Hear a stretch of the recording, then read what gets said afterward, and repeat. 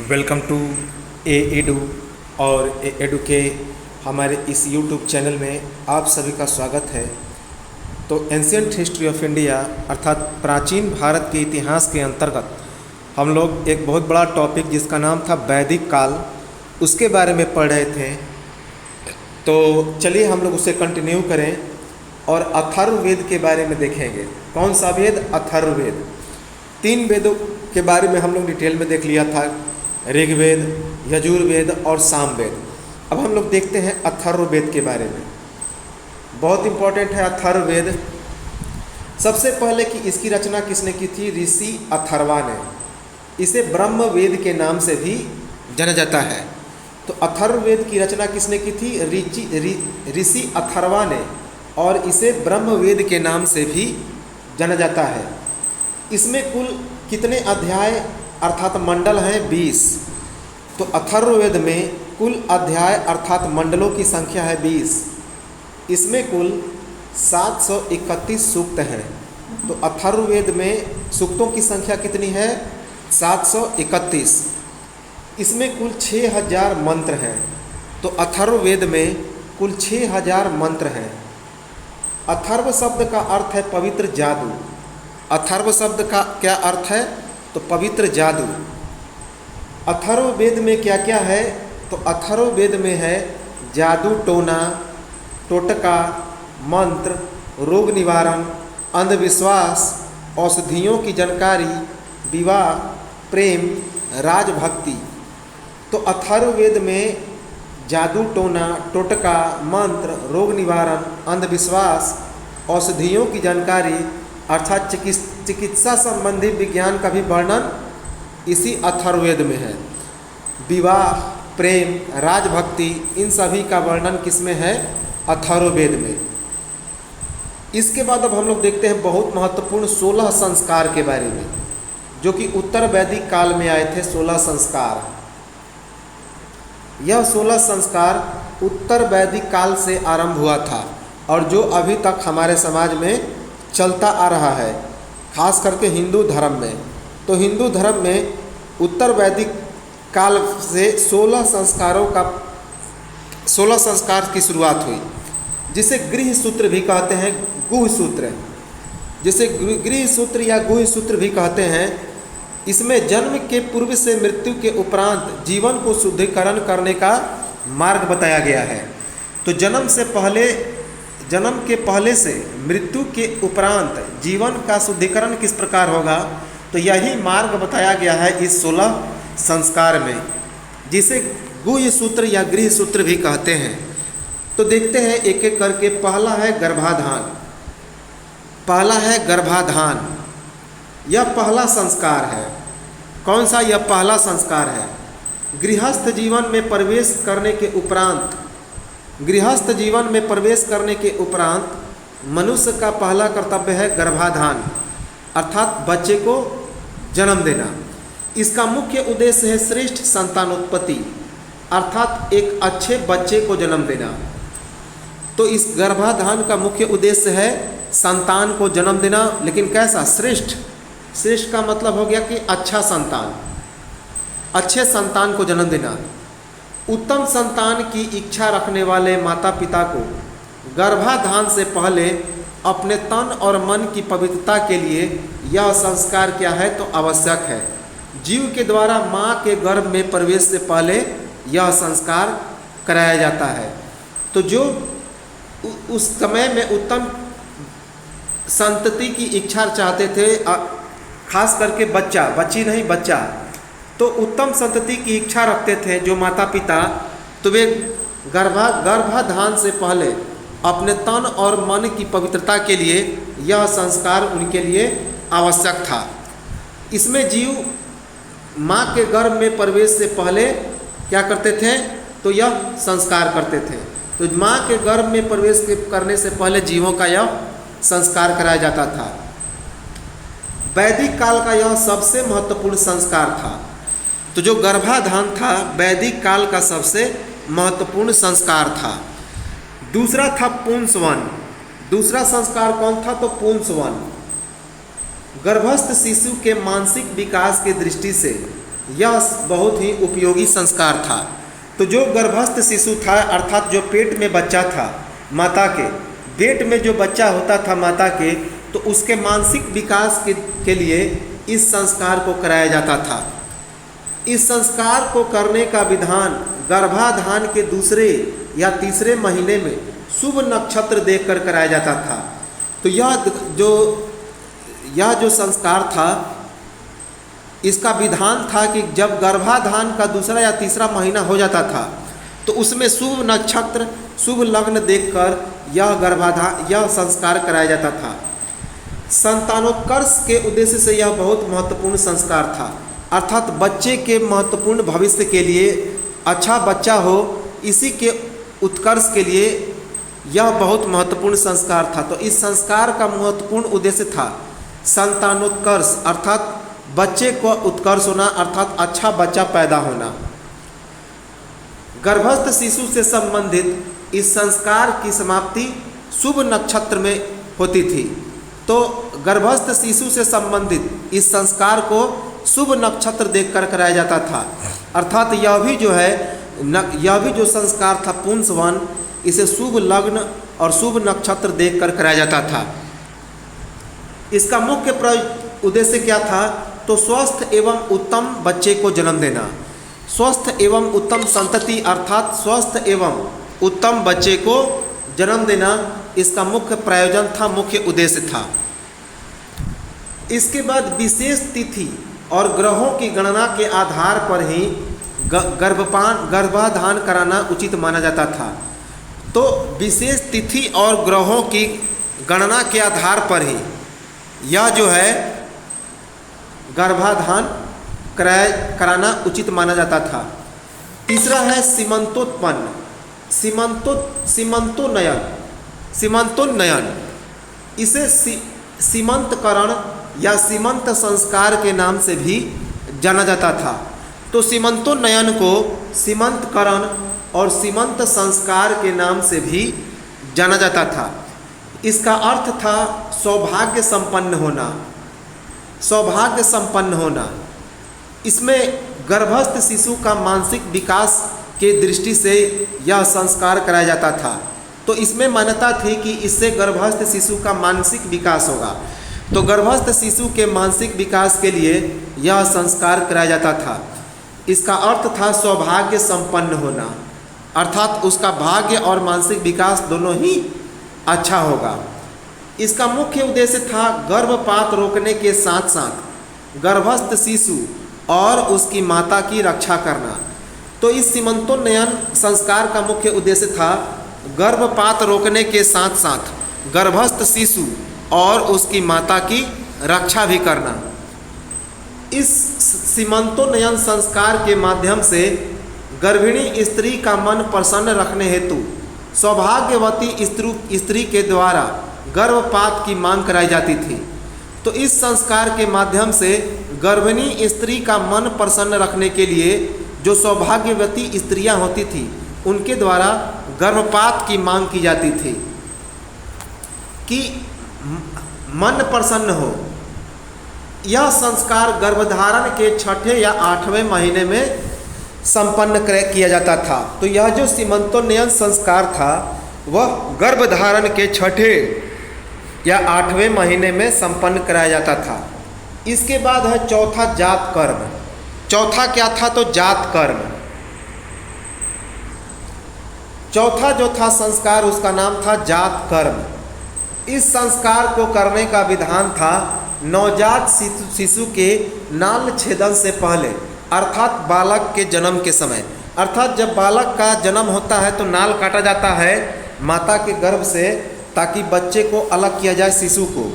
तो इस संस्कार को करने का विधान अर्थात जात कर्म को करने का विधान नवजात शिशु के नाल छेदन से पहले अर्थात नाल काटने से पहले किया जाता था, अर्थात बालक के जन्म के समय।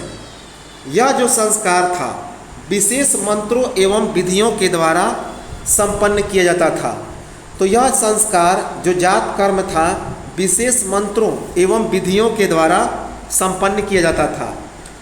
इस संस्कार के तहत इस दैवी जगत से प्रत्यक्ष संपर्क में आने वाले बालक को मेधा, बल एवं दीर्घायु के लिए स्वर्ण खंड से मधु एवं घृत वैदिक मंत्रों का उच्चारण किया जाता था। तो इस संस्कार के तहत इस जैविक जगत से प्रत्यक्ष संपर्क में आने वाले बालक को, तो जिस बच्चे का जन्म हो जाता था इस प्रकृति में, गर्भ से बाहर आ जाता था, तो उस बालक को मेधा, बल एवं दीर्घायु बनने के लिए स्वर्ण खंड से मधु एवं घृत वैदिक मंत्रों का उच्चारण किया जाता था।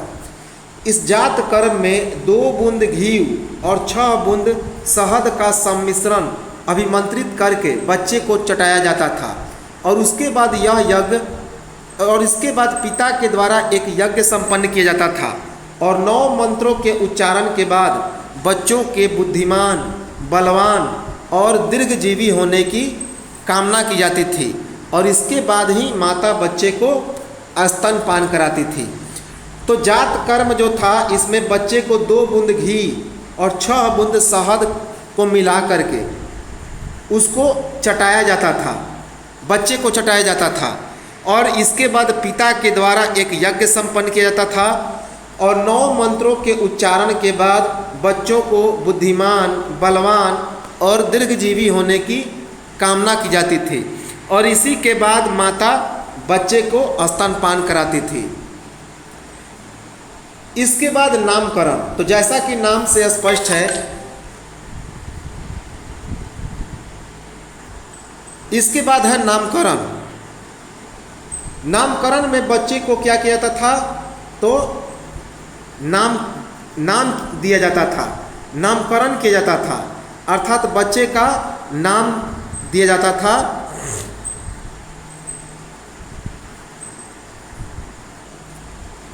तो यह संस्कार जन्म के 11वें दिन संपन्न होता था।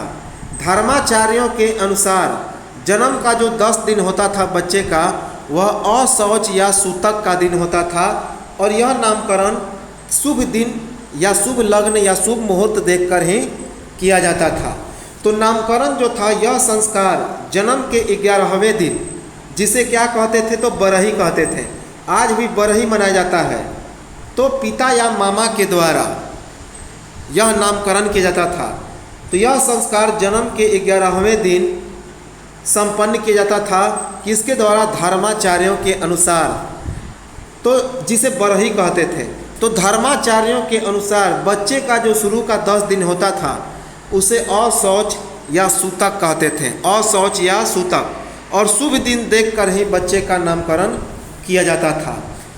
इसके बाद निष्क्रमण, इसके बाद निष्क्रमण, निष्क्रमण का मतलब होता था बच्चे को घर से बाहर निकालना, बच्चे को घर से बाहर निकालना।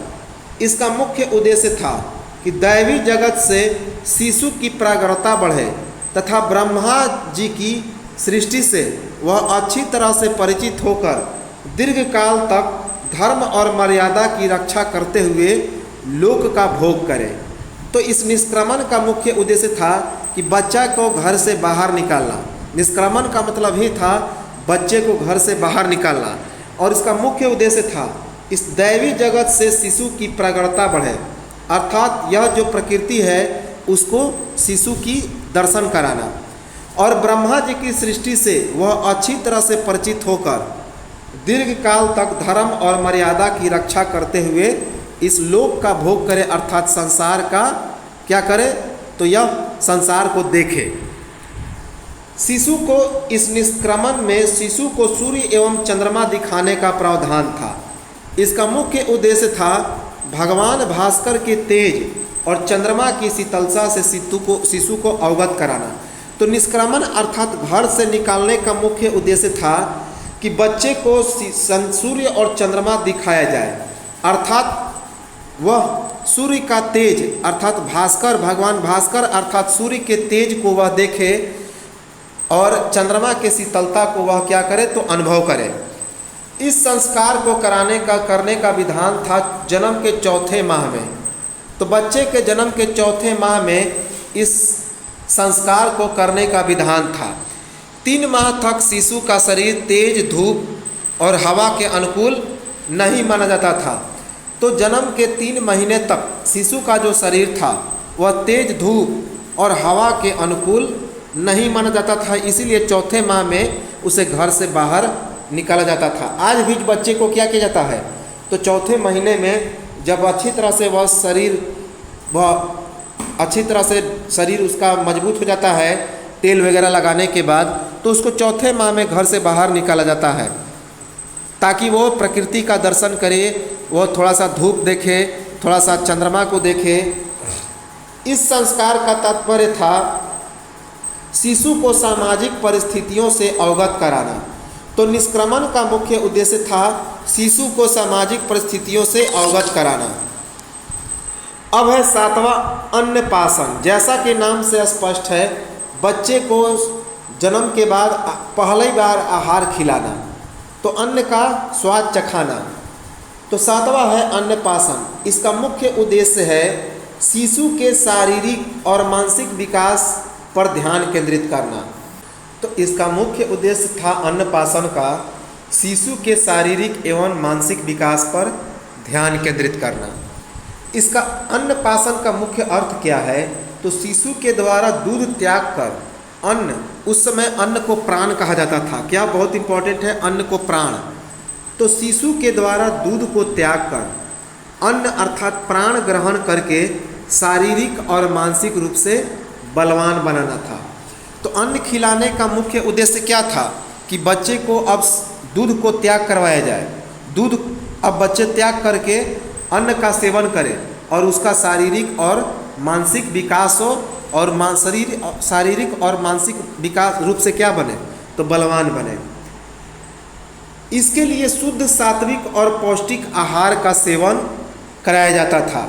तो बच्चे को इसके लिए शुद्ध सात्विक और पौष्टिक आहार का सेवन कराया जाता था। अन्न ग्रहण करने हेतु क्या क्या भोजन कराया जाता था प्रारंभ में, तो बच्चे को प्रारंभ में जो दूध से हटाने के बाद उसको भोजन के रूप में सबसे पहले खीर और मिठाई खिलाया जाता था। बहुत इंपॉर्टेंट है कि अन्नपासन के रूप में सबसे पहला भोजन बच्चे को क्या कराया जाता था, तो खीर और मिठाई। इस संस्कार को करने का विधान था जन्म से 6ठे माह। तो इस संस्कार को जन्म से 6ठे माह में करने का विधान था। इसके बाद है चूड़ा कर्म, इम्पॉर्टेंट है। तो चूड़ा कर्म, इसे मुंडन संस्कार के नाम से भी जाना जाता है। तो मुंडन संस्कार का मतलब क्या होता है, बाल मुड़वाना। जब बच्चे का बाल बढ़ जाता है तो प्रारंभ में क्या किया जाता है, उसके बाल को मुड़वाया जाता है। तो 8वां जो संस्कार था उसका नाम था मुंडन चूड़ा कर्म, अर्थात इसका अन्य नाम था मुंडन संस्कार। इस संस्कार को करने का विधान था पहले, तीसरे या 5वें वर्ष में शुभ मुहूर्त देखकर। तो इस संस्कार को करने का विधान था पहले, तीसरे या 5वें वर्ष में शुभ मुहूर्त को देखकर। इसका मुख्य उद्देश्य था सुचिता एवं बौद्धिक विकास। तो इस चूड़ा कर्म का मुख्य उद्देश्य क्या था, सुचिता एवं बच्चे का बौद्धिक विकास। वैदिक मंत्रोच्चार के साथ इस विधि को संपन्न किया जाता था। तो चूड़ा कर्म को वैदिक मंत्रोच्चार के साथ संपन्न किया जाता था। इसके बाद विद्यारंभ भूत संस्कार। इसके बाद अगला संस्कार था विद्यारंभ भूत संस्कार।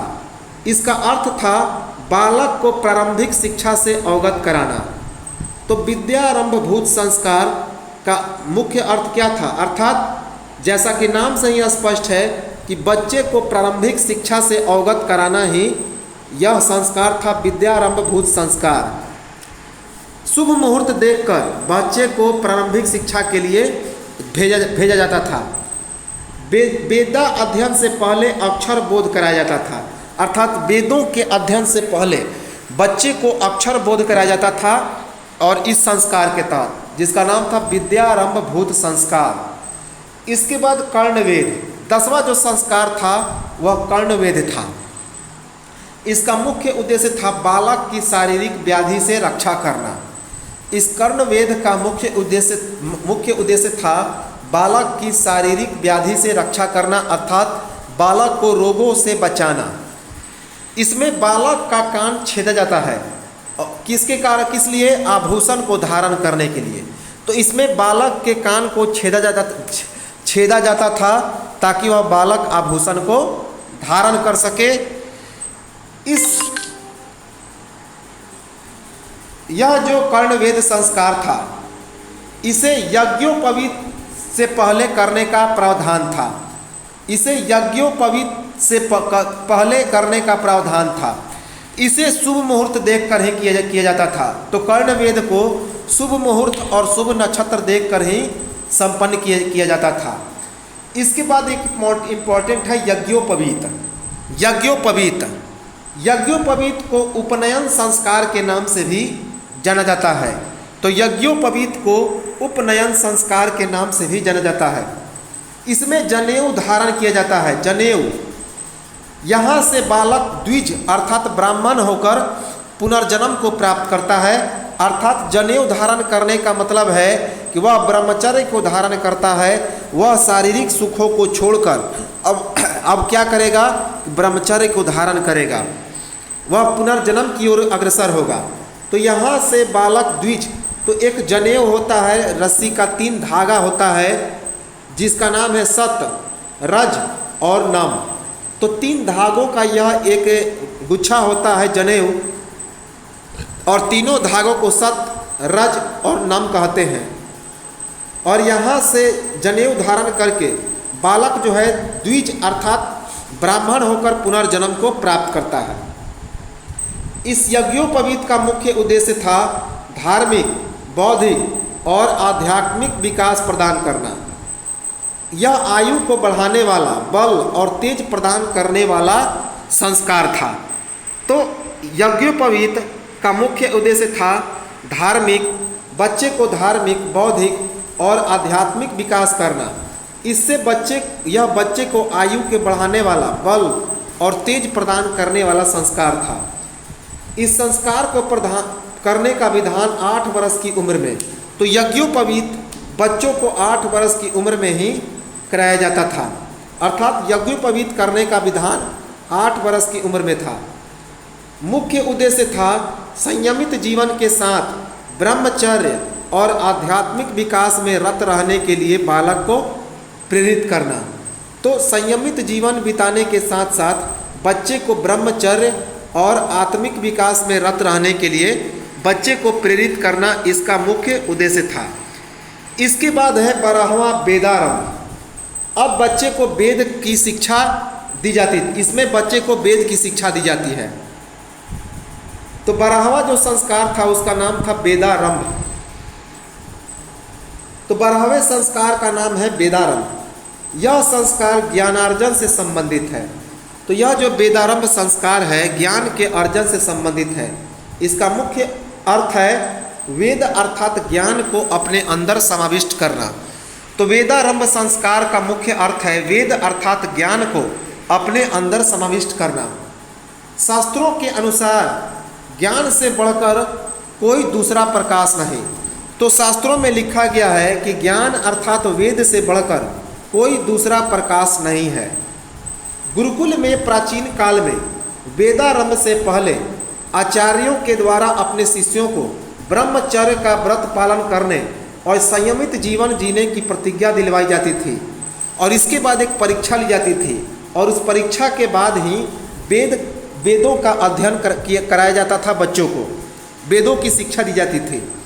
तो प्राचीन काल में गुरुकुल में वेदों का आरंभ करने से पहले आचार्य क्या करते थे? तो अपने शिष्यों को ब्रह्मचर्य का व्रत पालन करने और संयमित जीवन जीने की प्रतिज्ञा दिलवाते थे, और इसके बाद एक परीक्षा लेते थे, और इस परीक्षा के बाद ही वेदों का अध्ययन करने के लिए बच्चों को प्रेरित करते थे।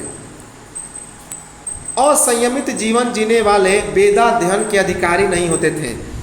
जो बच्चे संयमित जीवन जीने की प्रतिज्ञा नहीं लेते थे और असंयमित जीवन जीते थे, उन्हें वेद अध्ययन का अधिकारी नहीं माना जाता था, अर्थात उन्हें वेदों की शिक्षा नहीं दी जाती थी। इस वेदारंभ संस्कार को करने का विधान था जन्म से 5 या 7वें वर्ष, प्रायः बसंत पंचमी में। तो इस वेदारंभ को करने का विधान था जन्म से 15वें, याद रखेंगे ये उल्टा है, 15वें वर्ष अर्थात बसंत पंचमी को यह करने का विधान था। इसके बाद केशांत, जिसे गोदान भी कहा जाता था, तो केशांत या गोदान गुरुकुल में वेदाध्ययन पूर्ण कर लेने के बाद आचार्यों के समक्ष यह संस्कार संपन्न कराया जाता था। तो गुरुकुल में जब बच्चे वेद का अध्ययन पूरा कर लेते थे तो आचार्य के समक्ष यह संस्कार संपन्न कराया जाता था। वस्तुतः यह संस्कार गुरुकुल से विदाई लेने तथा गृहस्थ आश्रम में प्रवेश करने का एक उपक्रम था। तो यह जो संस्कार था एक प्रकार से प्रक्रिया था। इस संस्कार को कर लेने के बाद अर्थात जो केशांत या गोदान संस्कार कर लिया जाता था तो बच्चे गुरुकुल से विदाई लेते थे और उसके बाद वे गृहस्थ आश्रम में प्रवेश करते थे। तो उसी को प्रवेश करने का यह एक प्रकार का उपक्रम था। वेद पुराणों एवं विभिन्न विषयों में पारंगत होने के बाद ही ब्रह्मचारी के समावर्तन संस्कार के पहले बालों की सफाई एवं स्नान कराकर स्नातक की उपाधि दी जाती थी। तो जब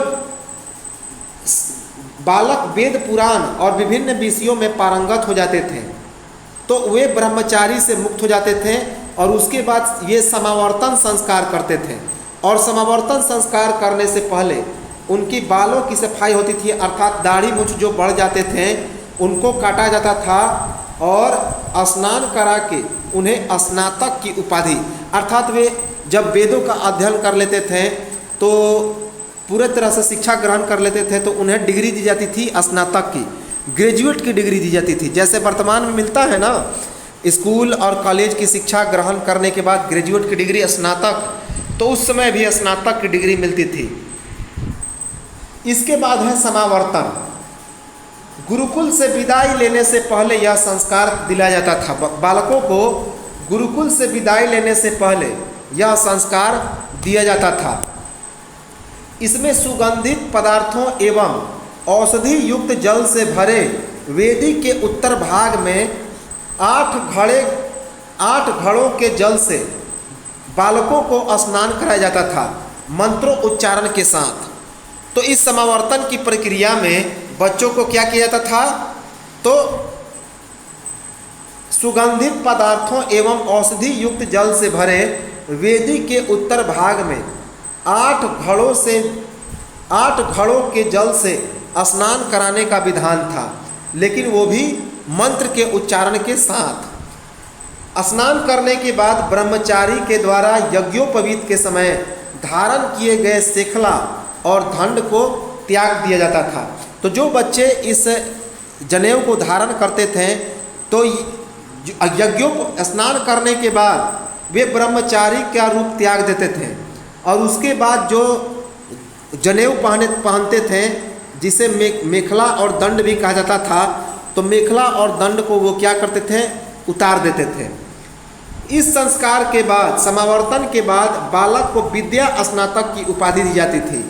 तो समावर्तन के बाद बालक को विद्या स्नातक अर्थात ग्रेजुएट की डिग्री दी जाती थी और इस उपाधि के बाद सुंदर वस्त्र एवं आभूषण धारण करके गुरुजनों एवं आचार्यों से आशीर्वाद लेके वे घर को विदा होते थे, घर की ओर चले जाते थे। तो समावर्तन संस्कार के अंतर्गत जब उन्हें ग्रेजुएट की उपाधि मिल जाती थी बालकों को, तो वे सुंदर वस्त्र एवं आभूषण को धारण करके गुरुजनों और आचार्यों से आशीर्वाद प्राप्त करके घर की ओर चले जाते थे। इसके बाद विवाह, इसके बाद जो संस्कार आता था 15वां, उसका नाम था विवाह संस्कार। विवाह संस्कार स्त्री और पुरुष के लिए प्राचीन काल से ही यह सर्वाधिक महत्वपूर्ण संस्कार था। तो स्त्री और पुरुष के लिए यह जो विवाह संस्कार था वह प्राचीन काल से ही सर्वाधिक महत्वपूर्ण संस्कार था। लगभग 25 वर्ष तक ब्रह्मचर्य व्रत का पालन करने के बाद युवक परिणय सूत्र अर्थात विवाह में बंधता था। तो लगभग 25 वर्ष तक ब्रह्मचर्य व्रत का पालन करने के बाद युवक परिणय सूत्र अर्थात विवाह के बंधन में बंध जाता था। हमारे शास्त्रों के अनुसार वैदिक काल में 8 प्रकार के विवाह का उल्लेख किया गया है। कौन? ब्रह्म, दैव, आर्ष, प्रजापत्य, असुर, गंधर्व, राक्षस और पिशाच। तो हमारे जो वैदिक शास्त्र हैं उनमें 8 प्रकार के विवाहों का उल्लेख किया गया है। कौन? ब्रह्म, दैव, आर्ष, प्रजापत्य, असुर, गंधर्व, राक्षस और पिशाच। वैदिक काल से पहले जब हमारा समाज असंगठित था तब उस समय उच्छृंखल यौनाचार बहुत ज़्यादा था। इसी यौनाचार को रोकने के लिए विद्वानों ने विवाह प्रथा को आरंभ किया। आज उन्हीं के प्रयासों के परिणाम स्वरूप हमारा समाज सभ्य और सुसंस्कृत है। तो जब वैदिक काल से पहले हमारा समाज जब असंगठित था तो उस समय बहुत जोर शोर से उच्छृंखल यौनाचार था, अर्थात महिलाओं के साथ गलत यौनाचार था।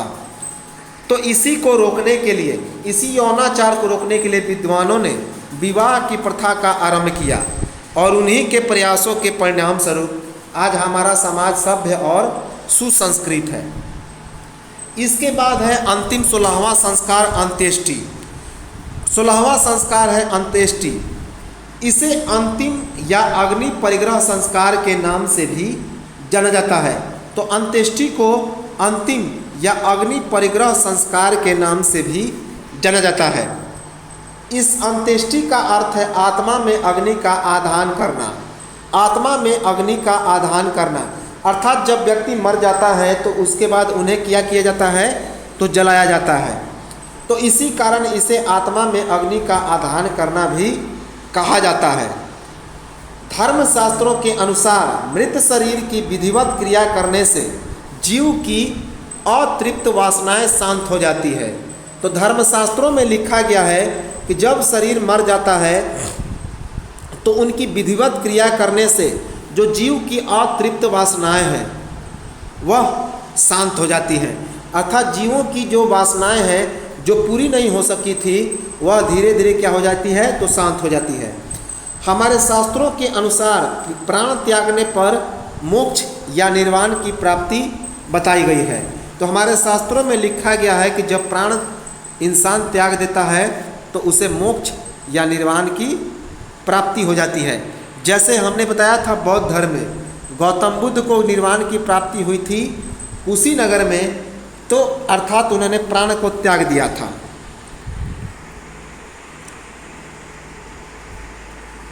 मनुष्य अपने कर्मों के अनुसार, शास्त्रों में लिखा गया है कि मनुष्य अपने कर्मों के अनुसार फल भोगता है। मनुष्य अपने कर्मों के अनुसार फल भोगता है। इसी परिकल्पना के तहत मृत देह की विधिवत क्रिया होती है। तो इसी परिकल्पना के तहत मृत देह की क्या होती है? तो विधिवत क्रिया होती है। जब तक आधे से ज़्यादा शरीर न जल जाए तब तक सभी को वहीं पर रहना चाहिए। तो शास्त्रों में लिखा गया है कि जब तक मृत शरीर का आधा से शरीर जल ना जाए तब तक सभी को वहीं पर रहना चाहिए। अब है विवाह के प्रकार, बहुत इम्पोर्टेंट है। तो विवाह के कितने प्रकार हैं? अभी हमने बताया कि शास्त्रों में 8 प्रकार के विवाह का उल्लेख किया गया है। तो उसमें चार को 2 विभागों में बांटा गया है। एक को बोलते हैं प्रशंसनीय विवाह अर्थात अच्छा विवाह, जिसको शुभ विवाह भी कहते हैं, शुभ विवाह। और दूसरा है निंदनीय विवाह, जिसको हम लोग बुरा विवाह कहते हैं,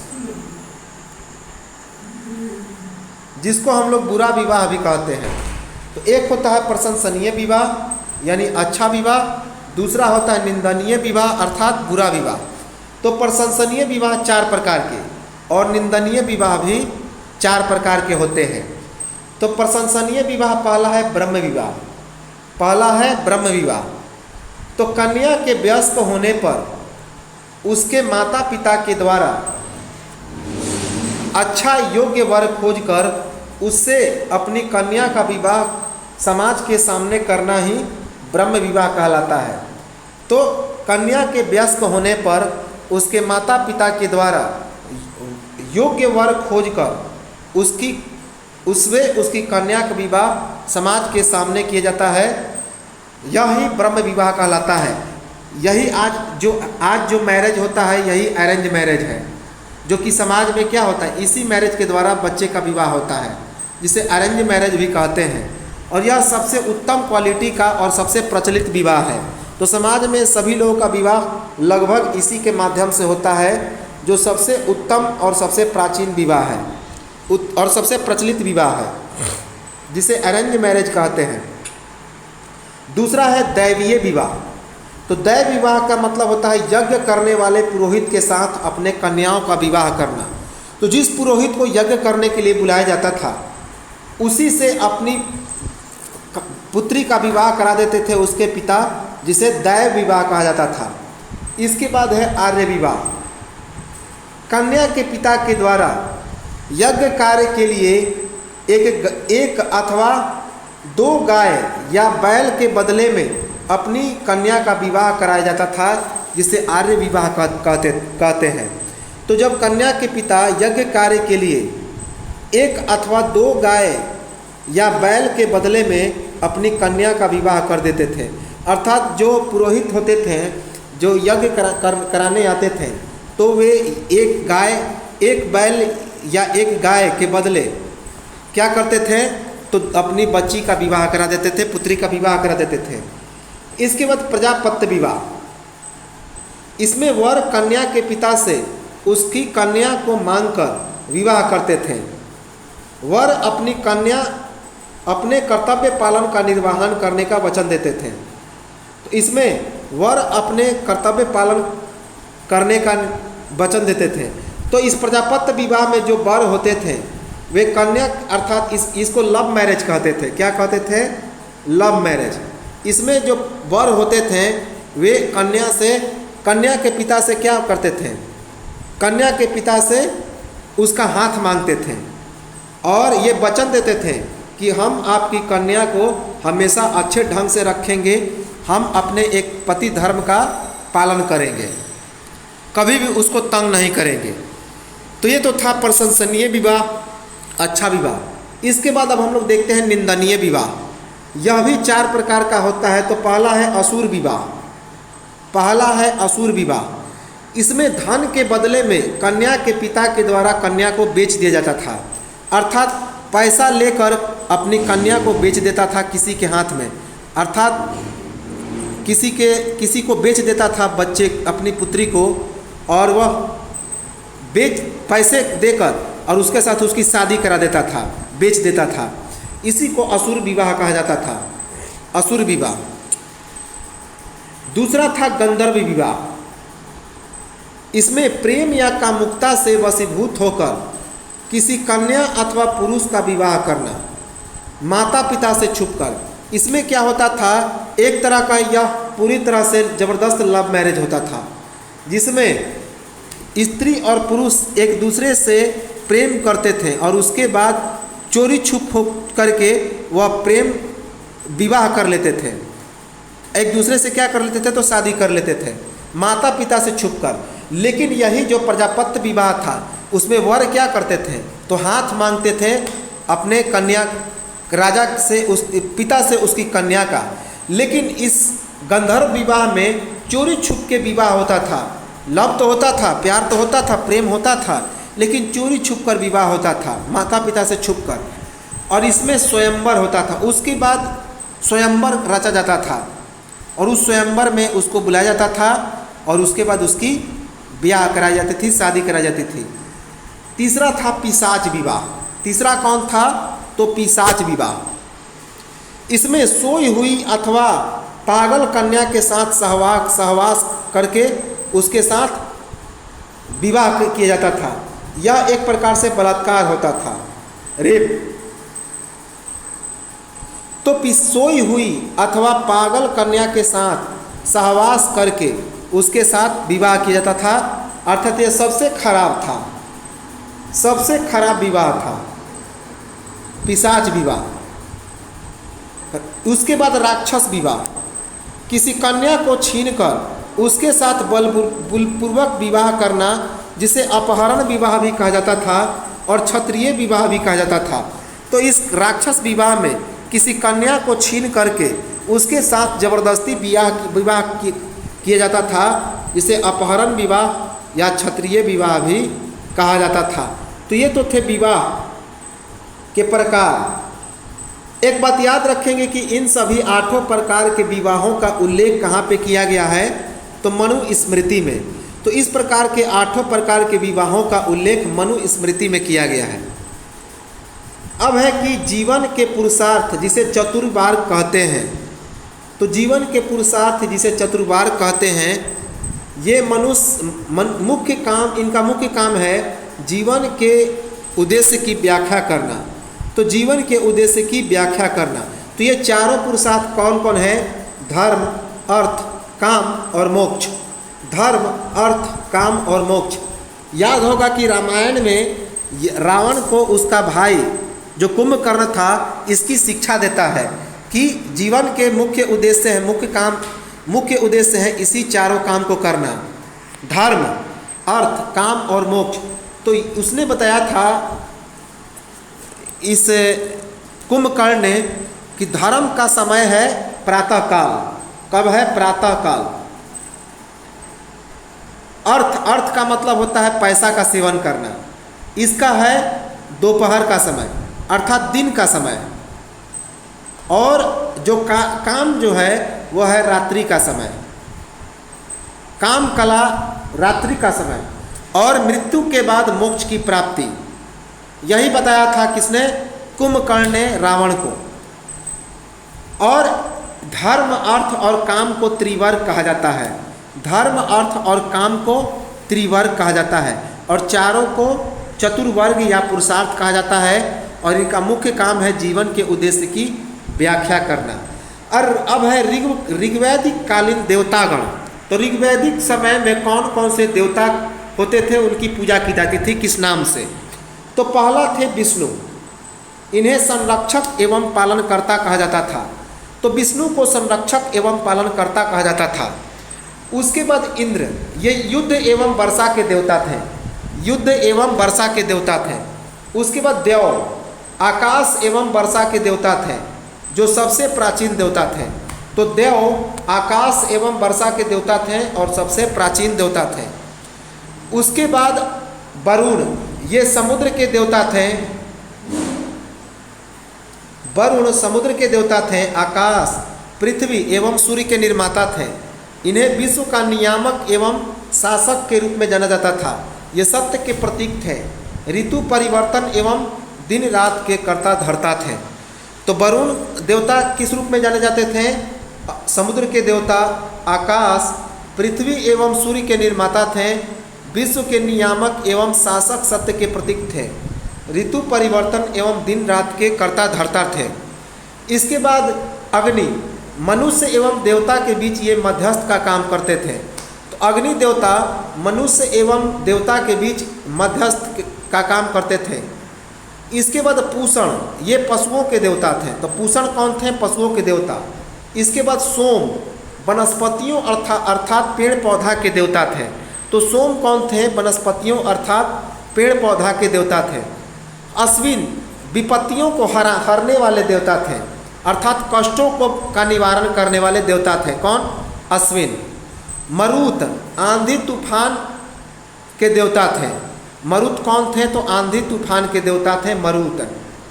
उसके बाद उषा, प्रगति एवं उत्थान के देवता थे। तो उषा कौन थे? प्रगति एवं उत्थान के देवता थे।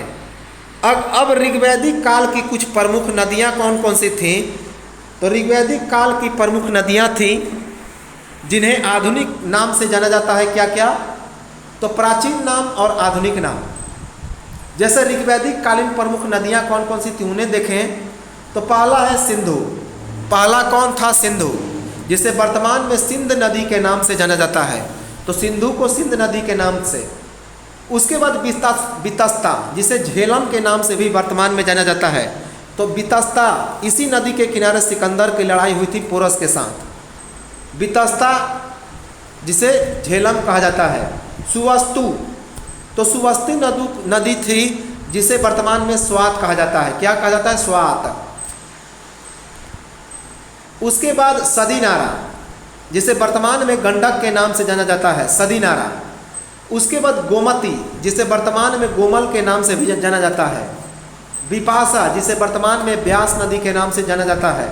क्रुभ, जिसे वर्तमान में कुर्रम नदी के नाम से जाना जाता है। कुभा, जिसे वर्तमान में काबुल नदी के नाम से जाना जाता है। दृष्टद्वती, जिसे घग्घर नदी के नाम से जाना जाता है।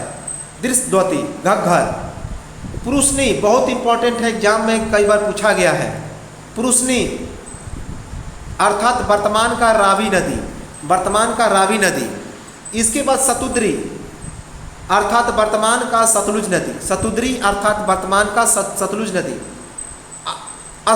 अस्किनी अर्थात चिनाब नदी, अस्किनी अर्थात चिनाब नदी, यह भी पूछा गया है। सुषोमा अर्थात सोहन नदी, सुषोमा अर्थात सोहन नदी। इसके बाद वैदिक कालीन कुछ शब्दावली थे और उसका अर्थ क्या क्या है। तो वैदिक कालीन कुछ शब्दावली थे और उनका क्या क्या अर्थ है। जैसे एक तरफ शब्दावली है, उसका अर्थ है, जैसे कि ग्रामणी, गांव के मुखिया को ग्रामणी कहा जाता था, गांव के मुखिया को ग्रामणी कहा जाता था। विष के प्रधान को विषपति कहा जाता था, यह हम लोग पढ़ चुके हैं। तो विष का जो प्रधान होता था उसे विषपति कहा जाता था। जन के शासक को राजन या राजा कहा जाता था, जो जन के शासक को राजा या राजा कहा जाता था। परिवार के मुखिया को कुलुप कहा जाता था, हम लोग पढ़ चुके हैं। तो परिवार के मुखिया को कुलुप कहा जाता था। दुर्गपति या किले के रक्षक को पूरब कहा जाता था, तो दुर्गपति या किले के रक्षक को पूरब कहा जाता था। जनता पर नज़र रखने वाले गुप्तचर को अस्पष्ट कहा जाता था, तो जनता पर नज़र रखने वाले गुप्तचर को अस्पष्ट कहा जाता था। पुलिस या अपराधियों को पकड़ने वाले को उग्र कहा जाता था, तो पुलिस या अपराधियों को पकड़ने वाले को उग्र कहा जाता था। ग्राम के अधिकारी को पति कहा जाता था, तो जो गांव का अधिकारी होता था उसे पति कहा जाता था। सीमांत का शासक अस्थपति कहलाता था, जो सीमावर्ती क्षेत्र होते थे वहाँ पर जो रक्षा करते थे, जो शासक होते थे, उन्हें अस्थपति कहा जाता था। समिति के अध्यक्ष को वाज्रपति कहा जाता था, पढ़ चुके हैं। जो सभा और समिति होती थी, जिन्हें प्रजापति की 2 पुत्रियां कही गई हैं, तो उसी के समिति के अध्यक्ष को वाज्रपति कहा जाता था। गोचर भूमि का अधिकारी सिरा कहा जाता था, तो जिस पर गाय चरते थे उसके जमीन के मालिक को सिरा कहा जाता था, सॉरी ब्राजपति कहा जाता था, ब्राजपति।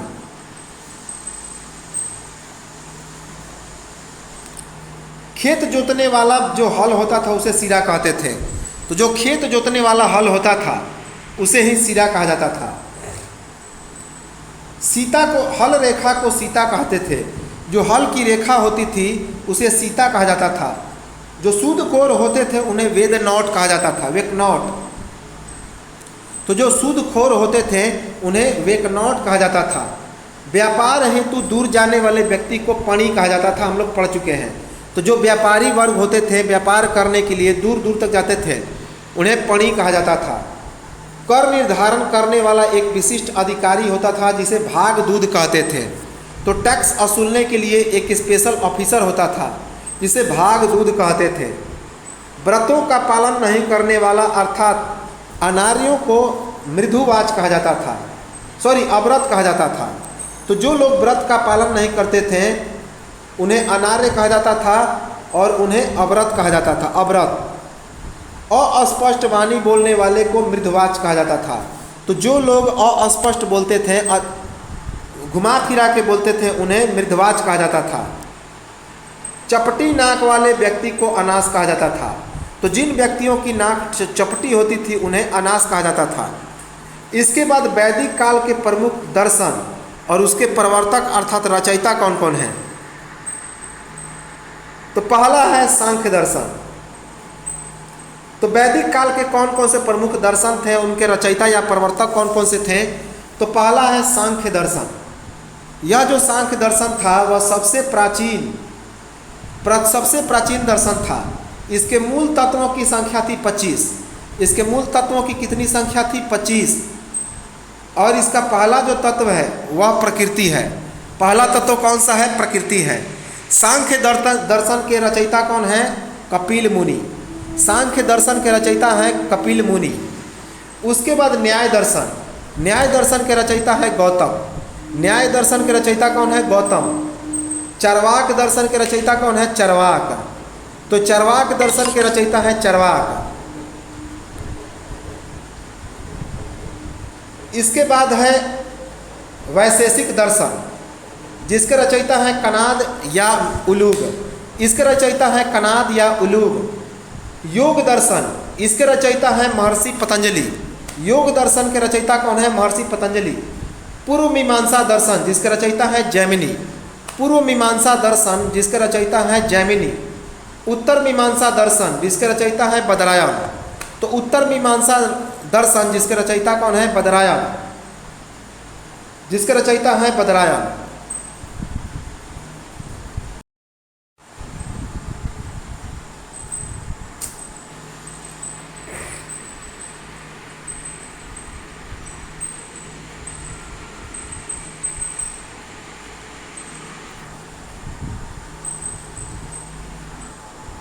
अब कुछ उत्तर वैदिक शब्द हैं और जिससे जो दिशा के बारे में बताते हैं और उनसे कुछ राजा के नाम उल्लेखित होते हैं।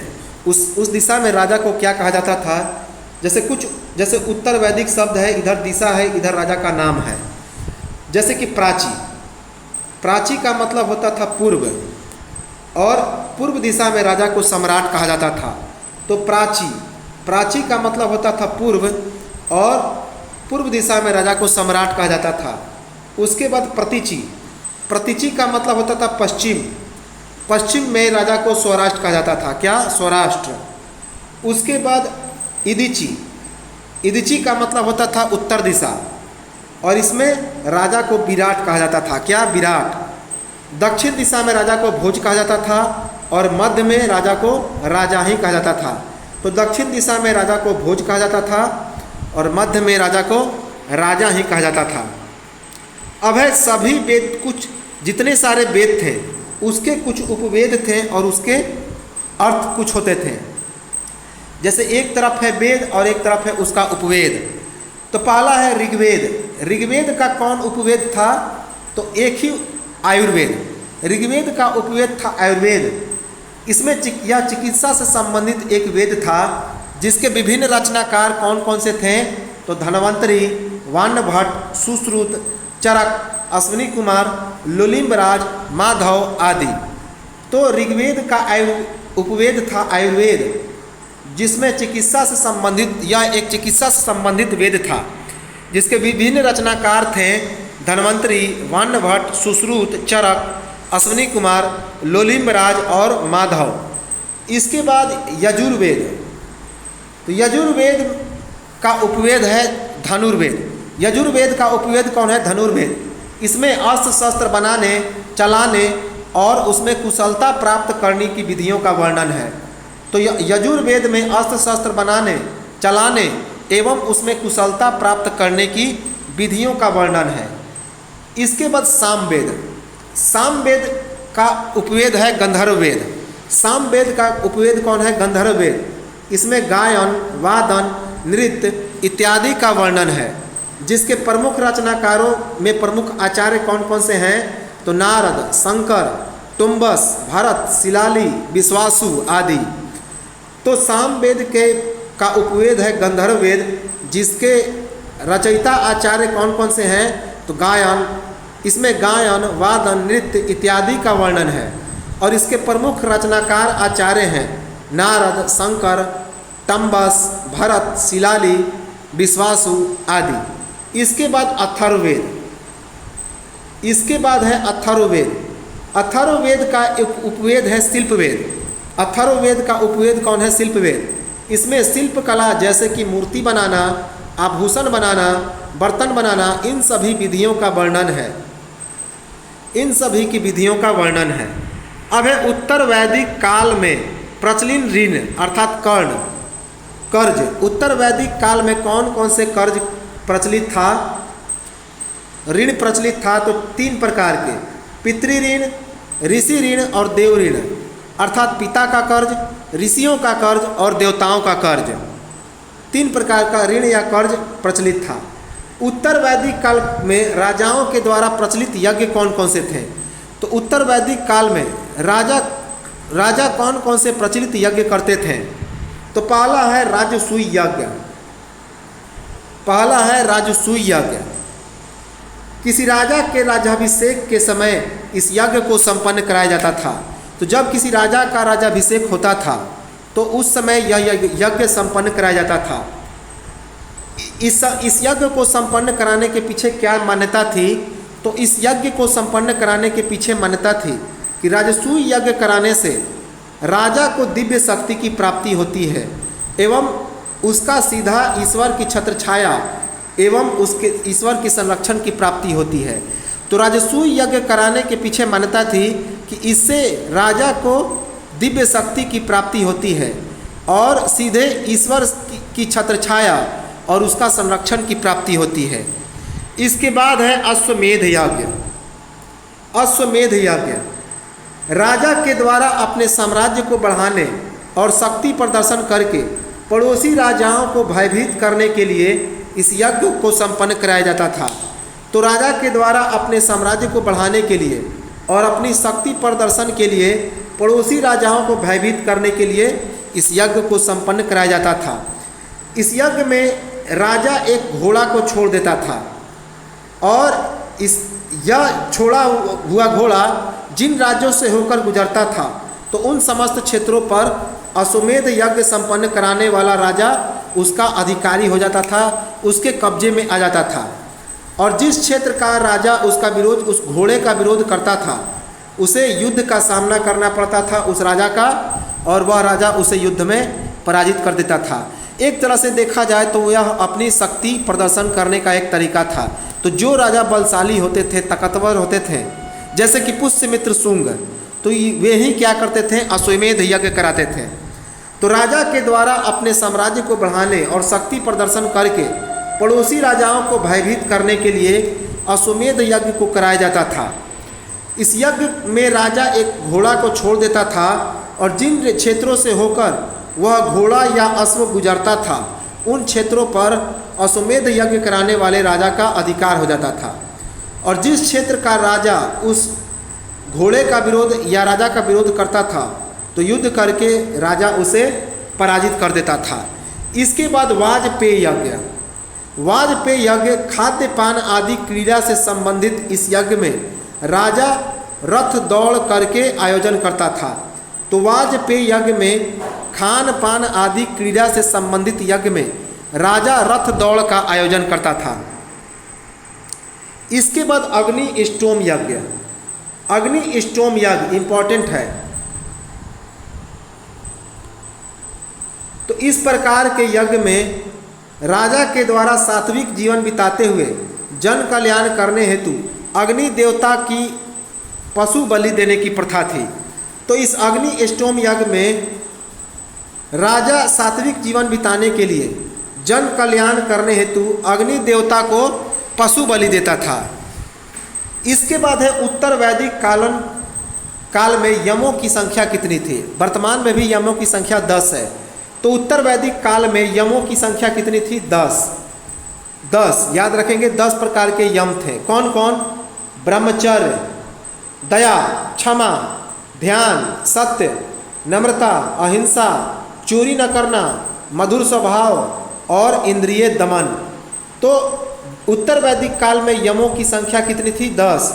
पहला ब्रह्मचर्य, दूसरा दया, तीसरा क्षमा, चौथा ध्यान, पांचवा सत्य, छठा नम्रता, सातवां अहिंसा, आठवां चोरी न करना, नौवां मधुर स्वभाव और 10वां इंद्रिय दमन, इंद्रियों का दमन करना। एक बात याद रखेंगे कि ये सभी जो यम हैं, इन 10 यमों का उल्लेख कहाँ पे किया गया है? मनु स्मृति में। मनु स्मृति में इन 10 यमों का उल्लेख किया गया है।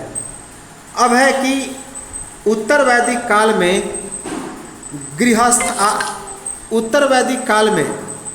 गृहस्थ आर्यों के द्वारा 5 प्रकार के महायज्ञ संपन्न किए जाते थे, जिन्हें पंच महायज्ञ कहा जाता था। तो उत्तर वैदिक काल में गृहस्थ आर्यों के द्वारा 5 प्रकार के महायज्ञ किए जाते थे, इन्हें पंच महायज्ञ कहा जाता है। पहला है ब्रह्म यज्ञ या कृषि यज्ञ। ब्रह्म यज्ञ या कृषि यज्ञ प्राचीन ऋषि मुनियों के प्रति कृतज्ञता प्रकट करने के लिए यह महायज्ञ संपन्न कराया जाता था। तो प्राचीन ऋषि मुनियों के प्रति अपनी कृतज्ञता को प्रकट करने के लिए यह महायज्ञ संपन्न कराया जाता था। उसके बाद देव देवताओं के प्रति कृतज्ञता प्रकट करने के लिए यह यज्ञ संपन्न कराया जाता था। तो देवी देवताओं के प्रति कृतज्ञता प्रकट करने के लिए भी यह यज्ञ संपन्न कराया जाता था। इसके बाद है निर्यज्ञ या पितृयज्ञ। निर्यज्ञ या पितृयज्ञ का मतलब होता है अपने पितरों को तर्पण देना, अर्थात जो हमारे सगे संबंधी चले गए उनको क्या करना, तो तर्पण देना का मतलब होता है उनको अस्थियां को बहा देना। तो निर्यज्ञ या पितृयज्ञ उसे ही कहते हैं, पितरों को अर्पण देना। इसके बाद मनुष्य यज्ञ, इसमें अतिथि सत्कार होता है। तो मनुष्य यज्ञ में क्या होता है, अतिथियों का सत्कार होता है। अतिथि सत्कार की शिक्षा दी जाती है, यज्ञ किया जाता है। उसके बाद भूत यज्ञ, तो समस्त जीव जंतुओं को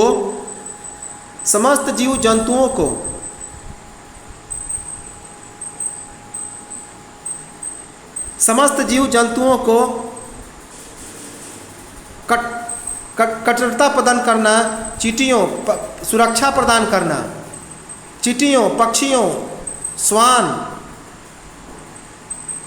अर्थात कुत्ता, आर्यों आदि को भोजन देना। पंच महाव्रत के अलावा भी कुछ महायज्ञों का उल्लेख है, जैसे कि हरवी यज्ञ और सोम यज्ञ। तो पंच महाव्रत यज्ञों के अलावा भी हरवी यज्ञ और सोम यज्ञ का उल्लेख है। तो ये तो थे हमारे आज के प्राचीन भारत का इतिहास। सेशन अच्छा लगा हो तो लाइक, कमेंट और सब्सक्राइब करें, शेयर करें, और जो लोग इसमें नए हैं उसको सब्सक्राइब कर लें। तो मिलते हैं हम लोग नेक्स्ट वीडियो में, तब तक नमस्कार, जय हिंद।